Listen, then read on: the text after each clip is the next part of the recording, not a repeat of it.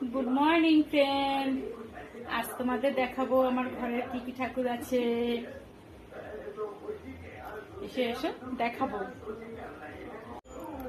এই হয়েছে ভাগবত গীতা, এই হয়েছে আমার দীক্ষা গুরুদেব, এই যে আমার শিক্ষা গুরুদেব, এই যে পঞ্চতত্ত্ব, এই হয়েছে বলরাম, এই যে সুভদ্রা, এই যে জয় জগন্নাথ, এই যে মা লক্ষ্মী,